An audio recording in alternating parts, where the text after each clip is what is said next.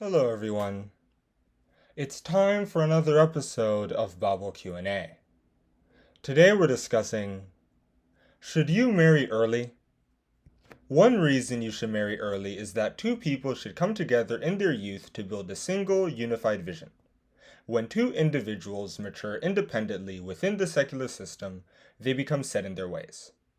They've spent years now building their future, and in some cases have already gotten a career and everything they wanted before they think of marriage. Their habits harden and it becomes exponentially more difficult for them to blend into a shared godly mission.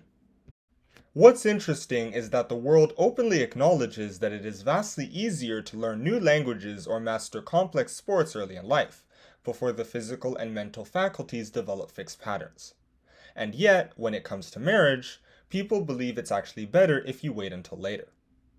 I'm not sure why people have singled marriage out, because the same principle applies. You should begin as early as possible to get the most out of it. For example, Rebecca was described as a virgin when she was married, according to Genesis chapter 24, verse 16. In verse 58, she was asked if she was willing to go, and because she was young and had not already built a life where she was ready to go. She was ready to leave her previous environment behind to build Isaac's vision. Today, people are delaying marriage primarily because of secular education. Modern coeducation has brought married women into competition with men and single women for money, status, and careers. This systemic push has removed the distinction between the sexes, turning men and women into identical economic competitors rather than complementary forces. Before, a woman dreamed of being a treasure to a man. She wanted to build a man's life and anchor his household. She was thinking along the lines of Genesis chapter 2 verse 18, becoming a helpmeet for the man, and according to Genesis chapter 3 verse 16, deriving her joy from building her husband's dream. Now, a woman dreams only of who she wants to be, completely independent of a man. By the time she finally considers marriage, she doesn't think about how she can serve the household. She thinks only of how a man can help advance her independent goals, like companionship or paying bills.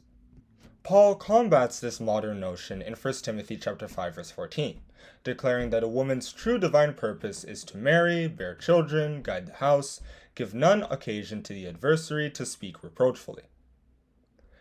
The virtuous woman of Proverbs 31 was intensely industrious, but her financial labor was only important because it actively helped her husband build his goal.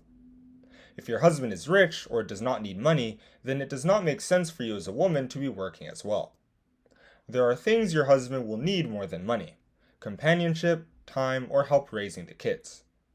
As his wife, you should focus more on those things. We should take the warning of Paul concerning the love of money in 1 Timothy chapter 6 verse 10, because it can destroy marriages. He said, "For the love of money is the root of all evil, which while some coveted after, they have erred from the faith and pierced themselves through with many sorrows." 1 Timothy chapter 6 verse 10. You also have to conquer your desire to emulate others and catch up to their standards of living. Describing this desire as cares of this life, Jesus said, "And take heed to yourselves, lest at any time your hearts be overcharged with surfeiting and drunkenness and cares of this life, and so that day come upon you unawares." Luke chapter 21 verse 34. Often, people delay marriage because they want to make sure they can afford the same lifestyle as everyone else. But to do all this, you have to understand the purpose of Christianity. True Christianity is fundamentally about service and sacrifice. Jesus symbolized this by washing his disciples' feet in John chapter 13 verses 1 to 15, and by giving up his life to save mankind. Referring to his mission to serve and not to be served, Jesus said, "Even as the Son of Man came not to be ministered unto, but to minister, and to give his life a ransom for many." Matthew chapter 20 verse 28. Also, Peter emphasized that the purpose of becoming a Christian is to walk in that same path Christ walked in, one of service and sacrifice. He said, "For even hereunto were ye called, because Christ also suffered for us, leaving us an example, that ye should follow his steps." 1 Peter chapter 2 verse 21. Thus, Christians must subject their dreams to their walk with God. Whatever parts of it don't fit, you toss them out. As it was said in Deuteronomy, "And thou shalt teach them diligently unto thy children, and shalt talk of them when thou sittest in thine house, and when thou walkest by the way, and when thou liest down, and when thou risest up. Deuteronomy chapter 6, verse 7. Spending that kind of time with our children is sacrifice, because we could spend that time on work or social activities. Also, you want to marry early so that you have a sharper intellect to be able to train your children, i.e. remembering more verses and having a better memory of scripture. These things wear out with age. This is just like people in the world, who want to be able to play football with their kids, travel with them, and so on. These things are easier to do when you're young. Thus, if women have been raised with the worldly mentality of building a corporate career, they must completely deconstruct that dream. They have to rebuild an entirely new dream anchored in Genesis chapter 2, verse 18, where the woman aligns as a helpmeet to the man's mission. This total deconstruction of your worldly lifestyle ambitions and the complete reconstruction of a scriptural mind is what it actually means to be born again. When Romans chapter 12 verse 2 talks about being transformed by the renewing of your mind, it means that you replace these dreams with those aligned with the will of God. And be not conformed to this world, but be ye transformed by the renewing of your mind, that ye may prove what is that good and acceptable and perfect will of God. On the other hand, if you are a Christian man, you shouldn't wait until you are super wealthy before you marry.